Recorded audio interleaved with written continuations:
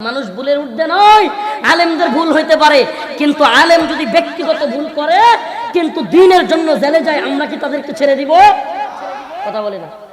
আলেমরা যদি ব্যক্তিগত ভুলও করে কিন্তু দ্বীনের জন্য যদি জেলে যায়, আমরা কি তাদেরকে ছেড়ে দিব? আমরা ছাড়বো না।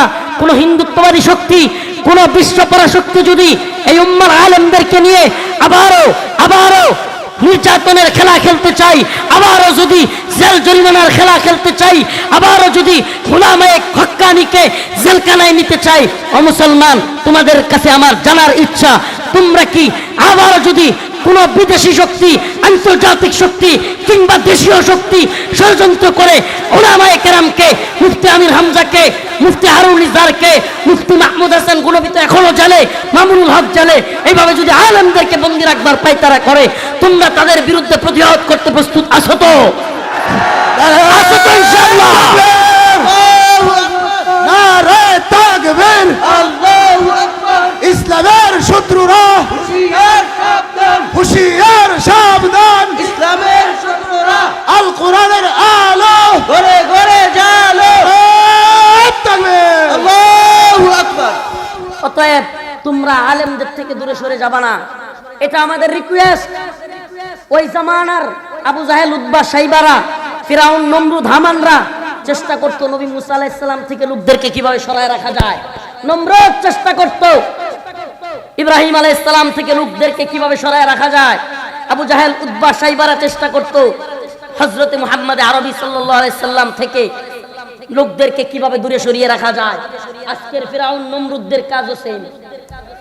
আজকের ফিরাউন, নমরুদ, আবু জাহেলরা একই পায়তারা, একই চেষ্টায় আওয়ামদেরকে, সাধারণ মানুষদেরকে আলেমদের থেকে দূরে রাখতে চায়। আপনারা কি আলেমদের থেকে দূরে থাকবেন নাকি আলেমদের পাশে থাকবেন? আলেমদের পাশে থাকতে হবে। আল্লাহ পাক আমাদের সবাইকে শত্রু মিত্র চেনার বুঝার তৌফিক দান করুক। আর জোরে বলেন আমিন। উপস্থিত আছেন আমাদের বাংলাদেশের অনেক প্রবীণ আলোচক, সর্বজন শ্রদ্ধেয়, সবার প্রিয় হযরতুল আল্লাম মাওলানা তারেক মনোয়ার সাহেব হাফিজাহুল্লাহ। আমি আসলেই, উনি ঠিকই বলেছেন, আমাদের প্রথমবারের মতো সাক্ষাৎ। তো হুজুরকে দেখে আমার খুবই ভালো লাগছে। আল্লাহ পাক হুজুরের নেক হায়াত বাড়ায়া দিক। প্রিয় উপস্থিতি, আমাদের সবচেয়ে বড় যেটা বর্তমান জামানায় গুরুত্বপূর্ণ, আমি বিশেষ বিবেচনায় আমি মনে করি এটা ঈমান এবং আকীদার অংশ। মুসলিমরা তাদের শত্রু চিনবে। আল ওয়ালা ওয়াল বারা, শত্রুতা এবং মিত্রতা আল্লাহর জন্য হওয়া। মান আহাব্বা লিল্লাহ ওয়া আবগাদা লিল্লাহ ওয়া আ'তা লিল্লাহ ওয়া মানা'a লিল্লাহ ফাকাদ ইসতাকমালাল ঈমান। যে আমাদের ভালোবাসা সেটা হবে কার জন্য? আমরা কাউকে ঘৃণা করব সেটাও কার জন্য? আল্লাহর জন্য। এই ক্যামেরাম্যান, পরে আর উঠা যাবে না, মানুষের আবেগের সেন্টিমেন্ট বোঝা লাগবে, আগেই উঠা শেষ করতে হবে। আচ্ছা আচ্ছা, আমি বলতেছি ভাই, আমি বলতেছি, আর উঠবে না, ঠিক আছে? আচ্ছা, আর চিৎকার করিয়েন না। আমাদের ভালোবাসাটা কার জন্য হবে? লৌকিকতা, সেলিব্রিটিজম নাকি আল্লাহ? সুবহানাল্লাহ। বিশ্বাস করেন, এই ভালোবাসা, এই জনগণের স্রোত যদি আল্লাহর জন্য হয়, সুবহানাল্লাহ, এই ভূখণ্ডে হুজুর যেটা বললেন, ইসলামী শরিয়া কিংবা কোরআন সুন্নাহ অনুযায়ী রাষ্ট্র ব্যবস্থা বেশি দিন দেরি নেই। ইতিহাস সাক্ষী, যে ভূখণ্ডে যত বেশি উলামায়ে কেরাম নির্যাতিত হয়েছে, সে ভূখণ্ডে দিন বিজয় তত বেশি তাড়াতাড়ি হয়েছে। ইতিহাস সাক্ষী, ইতিহাস সাক্ষী। এই যে জনগণের স্রোত, আলেমদের প্রতি ভালোবাসা, মানুষের মুহাব্বত যেখানে যাচ্ছে, আলহামদুলিল্লাহ সুম্মা আলহামদুলিল্লাহ। একটা কথা আছে, জিতনে তুমহারা কুরবানি ইতনে খুদা কা মেহরবানি। সুবহানাল্লাহ।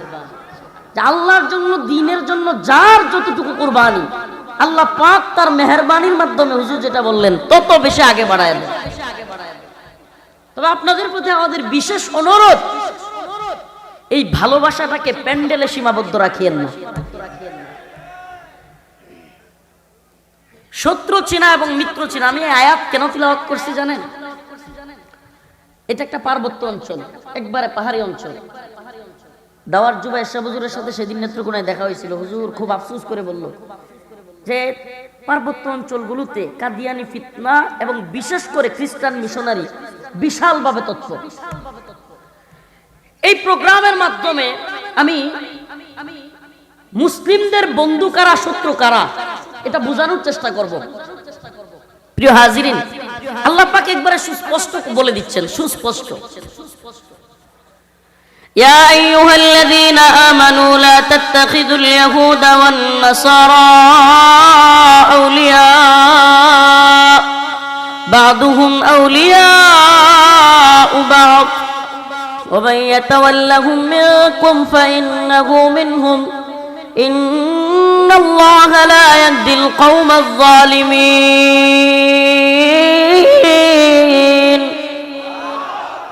আল্লাহ পাক সুস্পষ্ট বলতেছেন, হে মুমিনরা, লা তাত্তাখিযুল ইয়াহুদা ওয়ান নাসারা, তোমরা কোনোভাবেই ইহুদি নাসারাদেরকে বন্ধু বানায়ো না।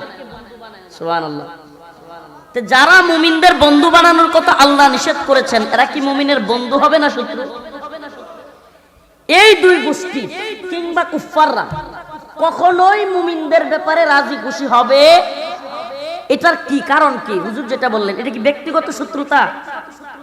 আদাওয়াত মুঝে কিউ ইতনি মে তো কুরআন কা দাঈ হো, কবির ভাষায় আদাওয়াত মুঝে কিউ ইতনি মে তো কুরআন কা দাঈ হো।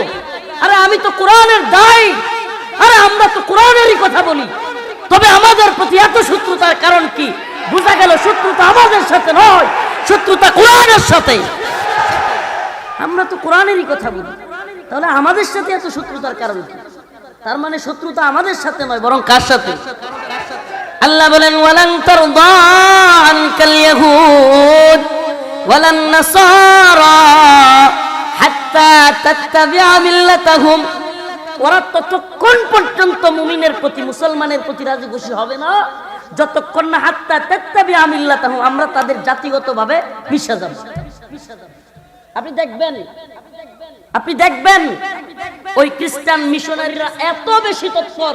এই আয়াতের সাথে আপনাকে মিলাই দিই, আমাদের এই আয়াতের সাথে মিলাইতে হবে আল্লাহ পাক কি বলছেন আর বর্তমান জামানায় কি হচ্ছে। ওয়ালান তারদা আনকাল ইয়াহুদ ওয়ালান নাসারা হাত্তা তাত্তাবিআ মিল্লাতাহুম। আল্লাহ বলতেছেন যে এরা ইহুদি নাসারারা, খ্রিস্টানরা ততক্ষণ তোমাদের প্রতি খুশি হবে না যতক্ষণ না বুঝবে তারা তোমাদের দলের হয়ে গেছে। আমাকে বলেন, খ্রিস্টান মিশনারি যারা আছে এদেরকে দেখবেন, যারা তাদের সাথে মিলেমিশে চলে, মিলেমিশে থাকে, কিংবা তাদের কথা মানে, কিংবা তারা বুঝে এই লোকগুলো খ্রিস্টান হওয়ার সম্ভাবনা, এরা কিন্তু খ্রিস্টান বলবে না। তাহলে তো বুঝা যাবেন, বলবে ঈসাই মুসলমান। কি মুসলমান? এই ভণ্ডের দল বলবে কি মুসলমান? ঈসাই মুসলমান। আচ্ছা, ঈসাই মুসলমান মানে কি? আমি যদি মুসলমান হই, ঈসাই মুসলমান, মুসাই মুসলমান, মুহাম্মদি মুসলমান, এগুলো আছে? ইসলাম আসার পরে ইন্নাদ্দীন ইনদাল্লাহিল ইসলাম, কোরআন যেখানে সুস্পষ্ট বলতেছে যে আল্লাহর কাছে একমাত্র গ্রহণযোগ্য মনোনীত ধর্মের নাম কি? এই পিছনে কথা বলেন না, ইসলাম। আল্লাহ সুস্পষ্ট যেহেতু বলে দিচ্ছেন, ওয়া ইয়াবতাগি গায়রাল ইসলামি দীনা ফালা ইউকবালা মিনহু, ইসলাম ব্যতীত অন্য কোন দিন এই দিন আসার পরে বাতিল। কি হয়ে গেছে? বাতিল, ডিলিট। এখন একমাত্র মুসলমান হতে হবে। তাহলে এরা আমাদেরকে মুসলমান হিসেবে থাকা অবস্থায় বন্ধু হবে কখনো? বরং কি হয়, এদেরকে যারা কাজে বাধা দেয় এদের নামে মামলা হয়, এদের নামে মামলা দেয়, এদেরকে অ্যারেস্ট করায়, এদেরকে বিভিন্ন ভাবে হয়রানি করে। কথা বলে যে সমস্ত উলামায়ে কেরাম খ্রিস্টানদের মিশনারি নিয়ে তৎপর থাকে, সচেতন থাকে, আপনি দেখবেন এই সমস্ত আলেমরা স্বাভাবিক দাওয়াতি কার্যক্রম করতে পারে না, মামলা দিয়ে দেয়, হামলা দিয়ে দেয়। এই খ্রিস্টান মিশনারিরা লক্ষ কোটি টাকা খরচ করে, ডলার, মিলিয়ন মিলিয়ন ডলার খরচ করে আমাদেরকে ঈসাই মুসলমান বানানোর জন্য চেষ্টা করে। করে কি করে না? যে সমস্ত আলেমগণ সচেতন থাকে, যে সমস্ত উলামায়ে কেরাম এই ব্যাপারে সোচ্চার থাকে, এদের প্রতি কি আসে? বাধা আসে কি আসে না? কথা কয় না, বাধা আসে কি আসে না? তাইলে আল্লাহ পাক যে বলেছেন হাত্তা তাত্তাবিআ মিল্লাতাহুম, এরা ততক্ষণ তোমার প্রতি রাজি খুশি হবে না যতক্ষণ না তুমি তাদের দলের হবা। তাদের দলের হন, আপনার চিকিৎসা ফ্রি, আপনার থাকা খাওয়া ফ্রি, আপনার সব ফ্রি। হ্যাঁ মুসলমান, কথা বলেন। এই ষড়যন্ত্র রুখে দিতে হবে। মুসলিমদের বলবো, প্রিয় ধনাঢ্যবানদেরকে বলবো, ওরা গরিবদের দেখে দেখে টার্গেট করবে, ওরা গরিব মানুষ দেখে দেখে টার্গেট করবে। আর মানুষের স্বভাবজাত একটা বিষয় হলো, প্রবণতা হলো, মানুষ যারা গরিব থাকে এরা নিজেদেরকে আল্লাহ মাফ করুক ব্যর্থ মনে করে। এটা একটা দারুণ একটা সমস্যা। মানে এই বিষয়টা যারা আমি দেখছি যে যারা একটু ধনাঢ্যবান থাকে, টাকা পয়সা থাকে, এরা একটু নামাজি কম হয়, দিনদার কম হয়, এরা নিজেকে সফল ভাবে। আর যারা একটু গরিব থাকে এরা নিজেদেরকে কি ভাবে? ব্যর্থ। আমি মনে হয় কিছু পারলাম না জীবনে। কারণ কি? টাকা না থাকলে সন্তানে এটা সেটা চায়, দিতে পারে না। টাকা না থাকলে স্ত্রী যেটা বাইনা করে সেটা দিতে পারে না। টাকা না থাকলে শালা বা শ্বশুর বাড়ির আত্মীয়রাও তেমন একটা মূল্যায়ন করে। এটা আমাদের গ্রাম অঞ্চলে হয়, এটা খুব প্রচলিত একটা বিষয়। যে বোনজামাইয়ের টাকা আছে ওর সম্মান বেশি। এই কারণে আমি কথাগুলো বলতাম না, এই কারণেও কিছু মানুষ ওদের ধোঁকার মধ্যে পড়ে। টাকা পায়, তখন চিন্তা করে টাকা হইলে, দেখেন এখানে ধোঁকাটা কি, ইমানের বিষয়টা কি? ইমানের বিষয়টা আসলিভাবে সে খ্রিস্টান হতে চায় না। সুবহানাল্লাহ। শুনেন, আল্লাহ পাক, আমি কয়েকদিন একটা কিতাবে পড়তেছিলাম যে আল্লাহ পাক মুমিনকে, তাফসীর ইবনে কাসিরের মধ্যেই পড়তেছিলাম যে উনি বলতেছিলেন স্বভাবজাতভাবে আল্লাহ পাক প্রত্যেক মুমিনকে ফিতরাতে ঈমানের উপর পাঠিয়েছেন। আর সেই কারণে কোন মুমিন নাস্তিক হবে, কোন মুমিন ইসলাম ছেড়ে অন্য ধর্ম গ্রহণ করবে, সেটা কশ্চিন কালেও কল্পনা করা যায় না। তাইলে মুমিনের মাঝে মাঝে আমরা দেখি মুসলিমরা এরকম হয়ে গেছে। এটার কারণ কি? এটার কারণ একটাই, সে মানসিকভাবে ঠিকই মনে রাখে যে ইসলাম ছাড়া কোনো সঠিক ধর্ম নাই, কিন্তু স্বার্থের কারণে অন্য ধর্মের লোকে তাল মিলায়। এটা আমি প্রমাণিত সত্য। দাওয়াত জুবায়ের শাহ হুজুর বলছেন যেই জায়গায় গিয়েছে দাওয়াত দিতে, দাওয়াত দেওয়ার পরে অল্প বোঝানোর পরে কান্নাকাটি শুরু চলে আসে। তার মানে কি বোঝা যায়? তার মানে বোঝা যায় টাকার জন্য এবং নিজের কষ্টের জন্য ওরা চলে যায়। প্রিয় হাজিরিন, আজকে ভূখণ্ডে শুধুমাত্র কাদিয়ানি ফিতনা নয়, আজকে ভূখণ্ডে খ্রিস্টান মিশনারি তৎপর। আজকে ভূখণ্ডের দিকে বিশাল এক হিন্দুত্ববাদী শক্তি, পাত্তরিক শক্তি, মুশরিক শক্তি আমাদের ইসলামকে ধ্বংস করার জন্য আজ আমাদের বাচ্চাদের স্কুলের পাঠ্য বইয়ের মধ্যে ওরা হিন্দুত্ববাদের দুর্গার ছবি দিয়ে দিচ্ছে। এরা মাঝে মাঝেই মূর্তির ছবির শিক্ষা দিচ্ছে। আর আমাদের বাচ্চাদেরকে মুসলিম থেকে ভিন্ন ধর্মাবলম্বী করার চেষ্টা করতেছে। আমি বলতে চাই, ও বাংলার যুবকেরা, তোমরা চৌকস হও, চৌকান্না হও, সমস্ত বাতিলদের নীল নকশা প্রতিরোধ করতে হবে। ইসলামের শত্রুরা হুঁশিয়ার সাবধান, হুঁশিয়ার সাবধান। ইসলামের শত্রুরা আল কোরআনের আলো ঘরে ঘরে জ্বালো। আল্লাহু আকবার। কঠিন চক্রান্ত চলছে সব দিকে। এই হুজুর যাওয়ার জন্য জায়গা করে দেন তো। এই এদিকে এই লাইনে যারা বসছেন বেরিয়ে যান। এই লাইনের মাঝখানে বসে আমাদের এলাকার বদনাম করতেছেন। আমরা কোনো শৃঙ্খলা মানি না, এটা কি প্রমাণ করতেছেন নাকি? দাগ দিল, যাওয়ার জায়গা আছে? আচ্ছা ঠিক আছে, বসেন বসেন, যাওয়ার জায়গা আছে। তো বলতেছিলাম যে সব দিকে প্ল্যান করে বসছে এরা। প্রিয় উম্মা, ও প্রিয় উম্মা, তোমাদের যারা ধনাঢ্যবান আছো, তোমাদের প্রতি রিকোয়েস্ট, এই শীতে গরিবদের পাশে দাঁড়াও, গরিব ভাইদের পাশে দাঁড়াও। প্রিয় ভাই, তুমি তোমার ইসলাম নিয়ে ভালো আছো মনে করতেছো? তুমি তোমার ধর্ম নিয়ে ভালো আছো মনে করতেছো? তোমার পাশের বাড়ির ভাই না খেয়ে আছে, তোমার পাশের বাড়ির বোন ছোট বাচ্চা নিয়ে চিৎকার করতেছে, সে চিকিৎসা করাতে পারবে না, সে তার বাচ্চাকে নিয়ে ভালো একটা পড়াশোনা করাবে সেটা পারতেছে না, খরচ চালাইতে পারতেছে না, তুমি সহযোগিতা করবে না? এই এদিকে তাকান, কথা বলেন, সহযোগিতা করবে না? প্রিয় ভাই, বিশ্বাস করেন, আমরা যদি এভাবে একে অপরের দিকে আগায় আসি, একে অপরের দিকে আগায় আসি, প্রত্যেক মুসলিম একে অপরের দিকে আগায়া গিয়া তাকে প্রচেষ্টা করি ইনশাআল্লাহ সুম্মা ইনশাআল্লাহ নেক্সট টাইম ওই ঈসাই মুসলিম নামধারী খ্রিস্টানরা একটা মুসলিমকেও আমাদের থেকে সরাতে পারবে না। এই খ্রিস্টান মিশনারির অপতৎপরতা, কাদিয়ানীদের অপতৎপরতা, হিন্দুত্ববাদী পত্তলিকদের অপতৎপরতা, প্রত্যেক অপতৎপরতার বিষয়ে যে সমস্ত আলেমগণ সজাগ আছে তাদের উপর জুলুম আসবেই, এটা মনে রাখবেন। ওদের চিন্তা চেতনায় একটা বিষয় ঢুকছে, এদের ক্ষোভ আমাদের প্রতি এই কারণে যে এই হুজুররা বুঝা যায় কেন, কি কয় এই হুজুররা বুঝা যায় কেন, মানে হেরা যেমনে মন চায় এমনে। ইন্দুর আছে না, ইন্দুর দেখেন না, ঘরের যে কোনো কাঠ কাইটা ফেলে, ঘর কাইটা ফেলে।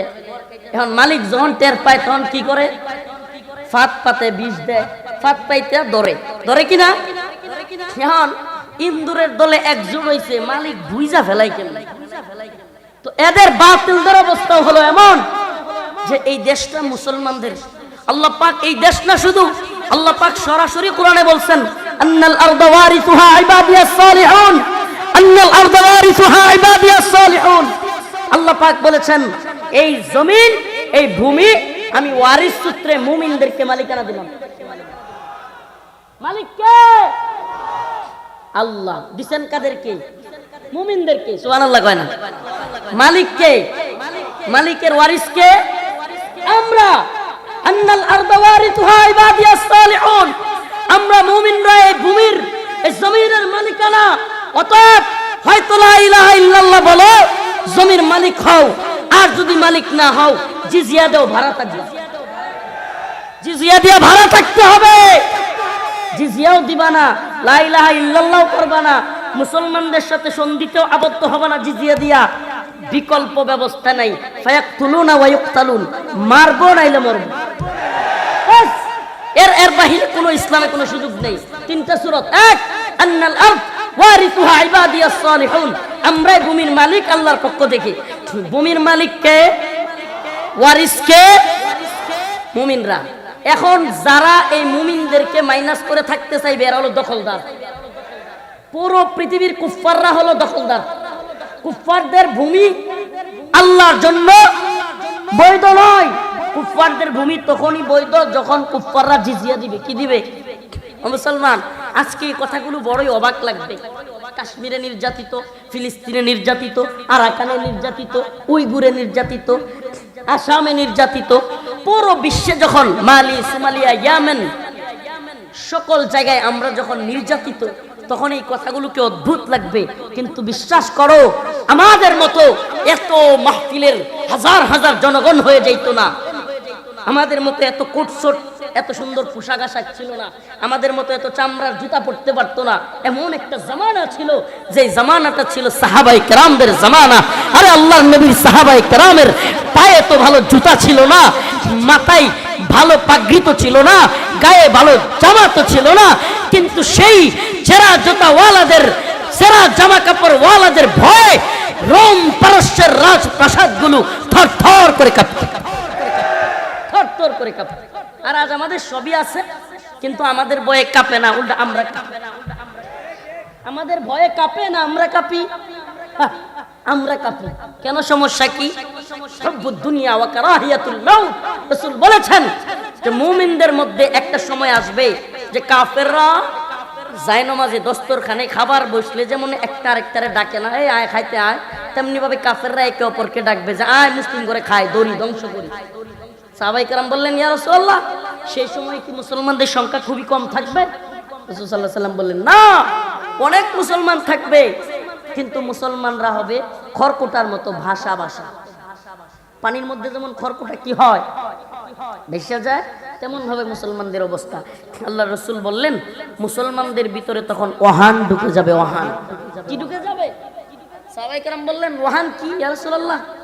ওহান কি? রাসূল সাল্লাল্লাহু আলাইহি সাল্লাম বললেন, হুব্বুদ দুনিয়া ওয়া কারাহিয়াতুল মাউত, দুনিয়ার মুহাব্বত এবং মৃত্যুর ভয়। মৃত্যুকে ভয় পাবে। সাহাবায়ে কেরাম মৃত্যুকে ভয় করতেন না। আল্লাহর নবীর এমন একজন সাহাবী ছিলেন না, আল্লাহর নবীর এমন একজন সাহাবী ছিলেন না যিনি মুজাহিদ ছিলেন না। আরে আল্লাহর নবীর সাহাবায়ে কেরাম লড়তে ভয় পাইতেন না, জিহাদের ময়দানে ঝাঁপায়া পড়তে ভয় পাইতেন না। আরে তোমাদেরকে একটা ছোট্ট ঘটনা তো শোনাই। আল্লাহর নবীর এক সাহাবী, নাম হলো জুলাইবিব। সন্তান হলে সমানে নাম রাখবেন জুলাইবিব। জুলাইবিবের ঘটনা তো শুনেন। সন্তানের বাচ্চাদের নাম জুলাইবিব রাখবেন। সন্তান জুলাইবিব নাম হলে কি প্রভাব সেটা বলে যাই। জুলাইবিব রাদিয়াল্লাহু আনহু মসজিদে নববীর আশপাশে পড়ে থাকতেন, মাটির সাথে। একবারে গরিব ছিলেন, কোনো কাপড় চোপড় তেমন ছিল না, বাড়ি ঘর ছিল না, একবারে খুব অসহায় একজন মানুষ ছিলেন, পড়ে থাকতেন মসজিদে নববীর আশপাশে। আল্লাহ রাসূল বললেন, জুলাইবিব তুমি কি বিয়ে করবে না? কথা কয় না।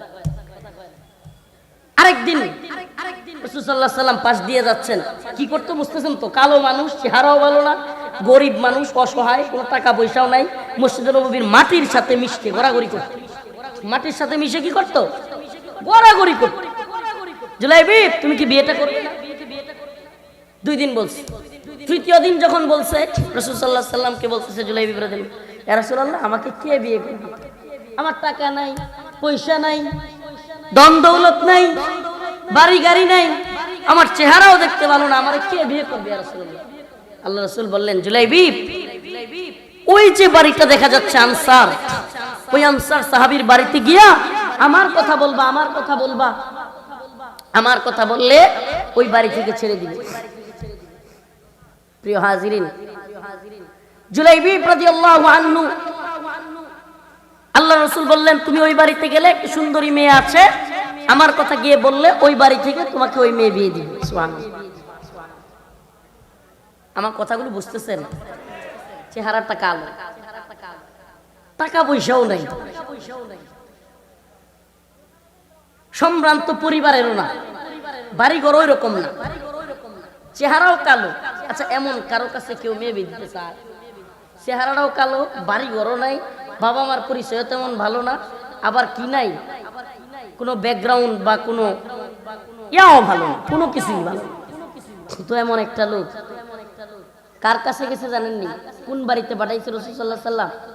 হ্যাঁ, আরবের তৎকালীন মদিনার সবচাইতে সম্ভ্রান্তদের একজন আনসার, তার বাড়িতে পাঠাইছে। সম্ভ্রান্ত, সবচাইতে আরবের মদিনার তৎকালীন সময়ের সবচাইতে সুন্দরী, মদিনার সবচাইতে সুন্দরী রূপবতী মেয়ের ঘরে রাসূল পাঠাইছে। কাকে?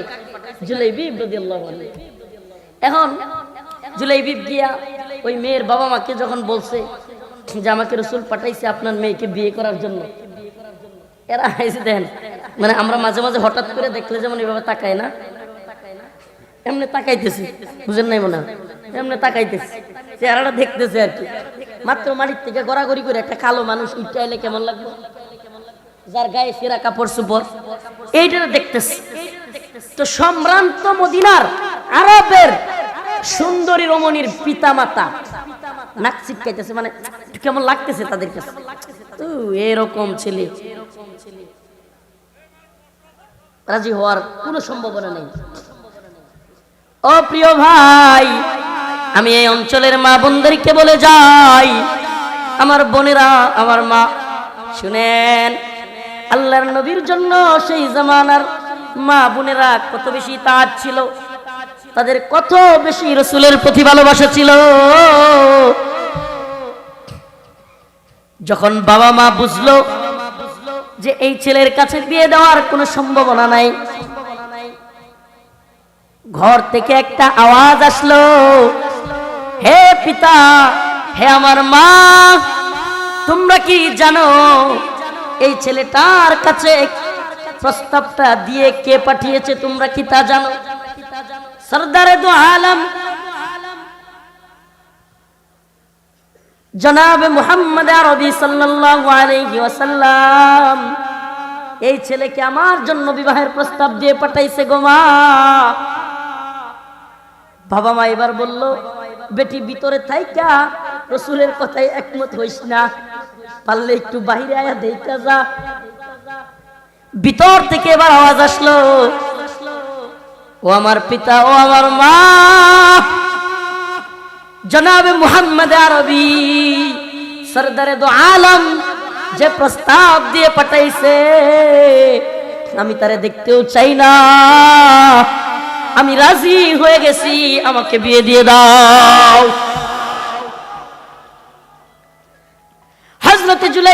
অবাক হয়ে গেলেন, পিতামাতাও অবাক হয়ে গেল। মেয়ের কথার উপরে আর কথা বলবার মতো কোনো কিছু নাই। এবার বিয়ে হয়ে গেল।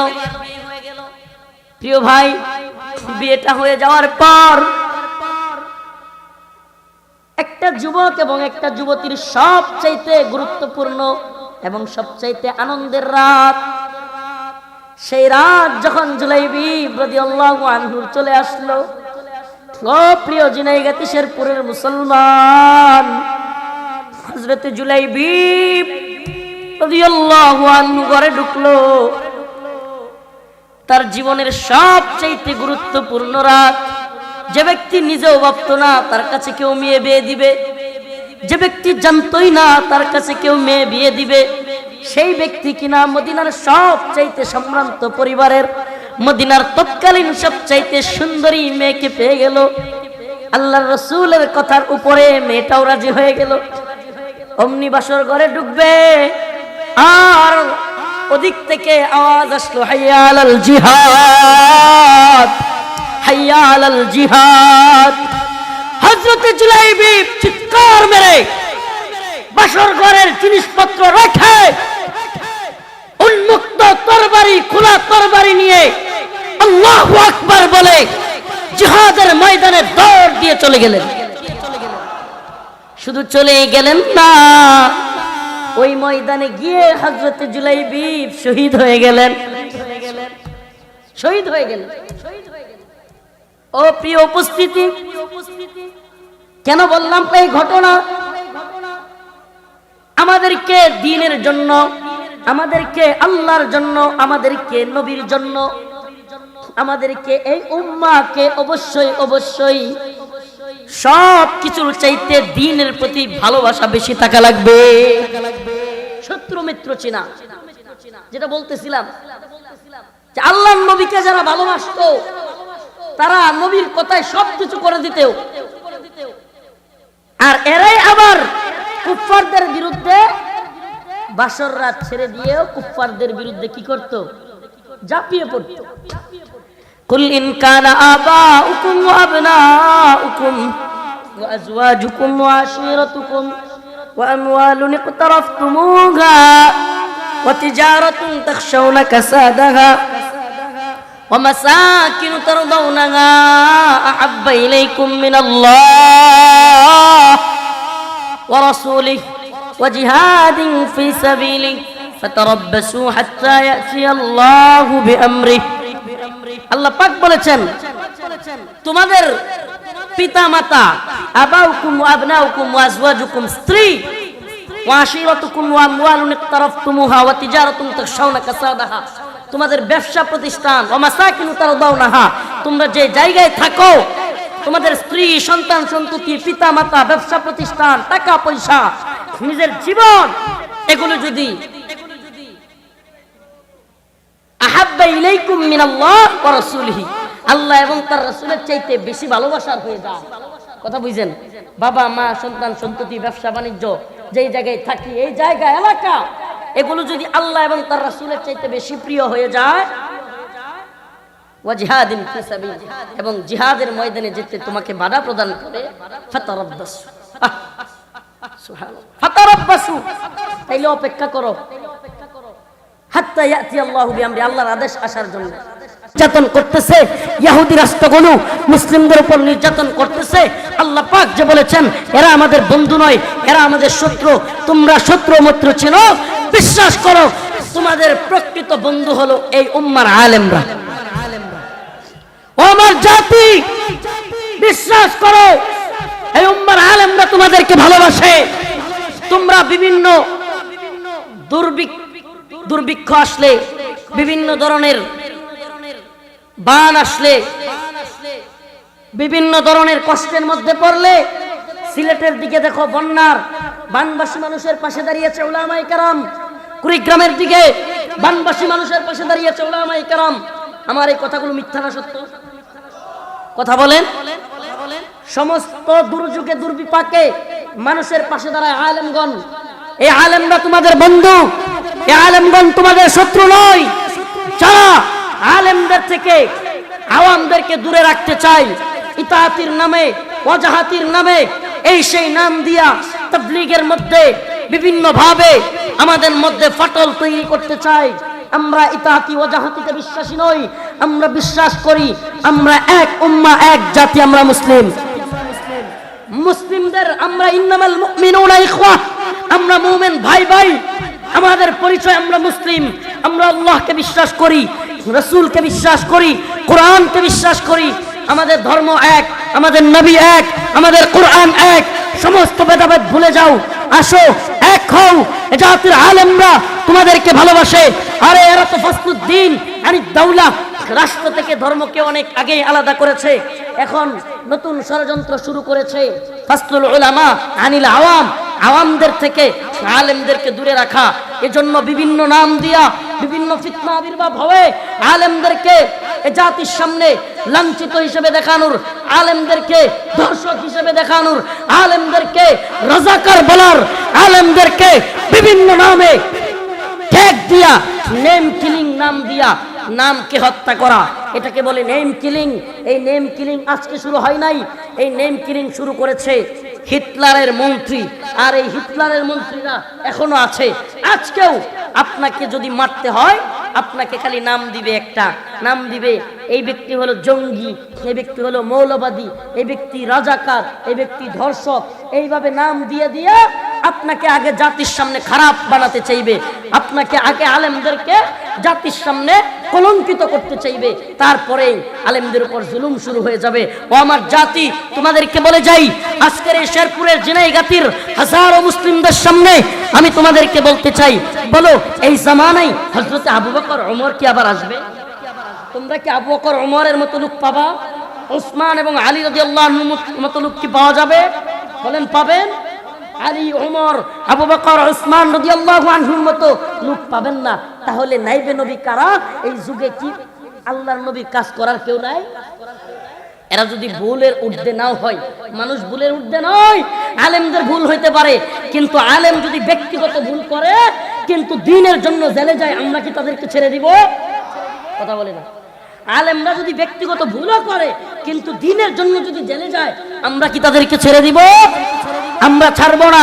কোন হিন্দুত্ববাদী শক্তি, কোন বিশ্বপরা শক্তি যদি এই উম্মার আলেমদেরকে নিয়ে আবারও নির্যাতনের খেলা খেলতে চাই, আবারও যদি জেল জরিমানার খেলা খেলতে চাই, আবারও যদি উলামায়ে হক্কানিকে জেলখানায় নিতে চাই, ও মুসলমান, তোমাদের কাছে আমার জানার ইচ্ছা, তোমরা কি আবারও যদি কোন বিদেশি শক্তি, আন্তর্জাতিক শক্তি কিংবা দেশীয় শক্তি ষড়যন্ত্র করে উলামায়ে কেরামকে, মুফতি আমির হামজাকে, মুফতি হারুন নিজারকে, মুফতি মাহমুদ হাসান গুনবী তো এখনো জেলে, মামুনুল হক জেলে, এইভাবে যদি আলেমদেরকে বন্দী রাখবার পায়তারা করে, তোমরা তাদের বিরুদ্ধে প্রতিবাদ করতে প্রস্তুত আছো তো? আছো তো ইনশাআল্লাহ? নারে তাকবীর, আল্লাহু আকবার। ইসলামের শত্রুরা হুশিয়ার সাবধান, হুশিয়ার সাবধান, ইসলামের শত্রুরা আল কোরআনের আলো ঘরে ঘরে জ্বালো। তাকবীর। আল্লাহু আকবার। অতএব তোমরা আলেমদের থেকে দূরে সরে যাবা না, এটা আমাদের রিকোয়েস্ট। ওই জামানার আবু জাহেল, উতবা, শাইবারা, ফিরাউন, নমরুদ, হামানরা চেষ্টা করতো নবী মুসা আলাইহিস সালাম থেকে লোকদেরকে কিভাবে সরায় রাখা যায়। নমরুদ চেষ্টা করতো ইব্রাহিম আলাইহিস সালাম থেকে লোকদেরকে কিভাবে সরায় রাখা যায়। আবু জাহেল, উতবা, শাইবারা চেষ্টা করতো হযরত মুহাম্মদ আরবি সাল্লাল্লাহু আলাইহি সাল্লাম থেকে লোকদেরকে কিভাবে দূরে সরিয়ে রাখা যায়। আজকের ফিরাউন, নমরুদদের কাজও সেম।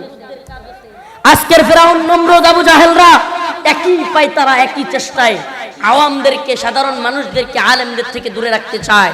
আপনারা কি আলেমদের থেকে দূরে থাকবেন নাকি আলেমদের পাশে থাকবেন? আলেমদের পাশে থাকতে হবে। আল্লাহ পাক আমাদের সবাইকে শত্রু মিত্র চেনার বুঝার তৌফিক দান করুক। আরো জোরে বলেন আমিন। আল্লাহ পাক আমাদের সবাইকে দ্বীনের জন্য কবুল করুক।